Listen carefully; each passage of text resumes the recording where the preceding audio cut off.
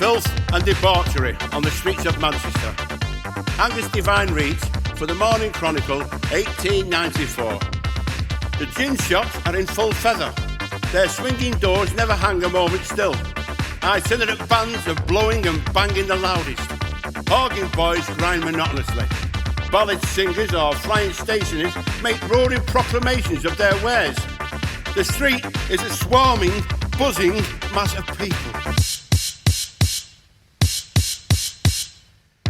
When I was returning last Sunday night by the Oldham Road from one of my tours, I was somewhat surprised to hear the loud sounds of music and jollity, which was floating out of the public house windows.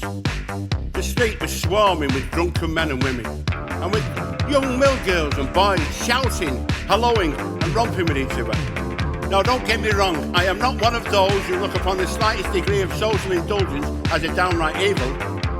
But I've got to confess, last Sunday in the Oldham Road astonished and grieved me. In no city have I ever witnessed scenes of more open, brutal and general intemperance.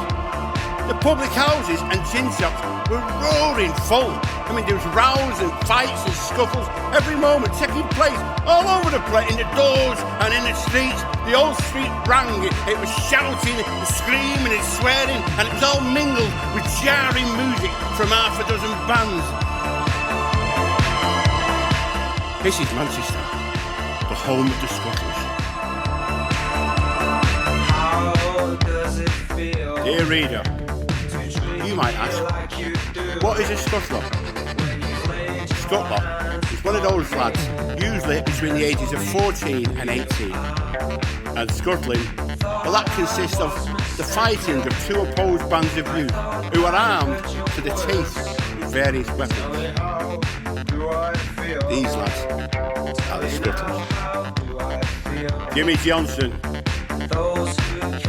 Bobby McGregor, Joey Johnson, Jehovah Johnson, Billy McGregor, and Moses the Mute McGregor. These are the Bengal Tigers. The girls stirred up trouble between these bands of scuttlers, egging the lads on to acts of violence and even carrying bricks and bottles at the beginning of an affray. Fanny Flanagan, Annie Flanagan, Izzy Flanagan, and Lizzie Flanagan. These are the sweethearts of the Bengal Tigers.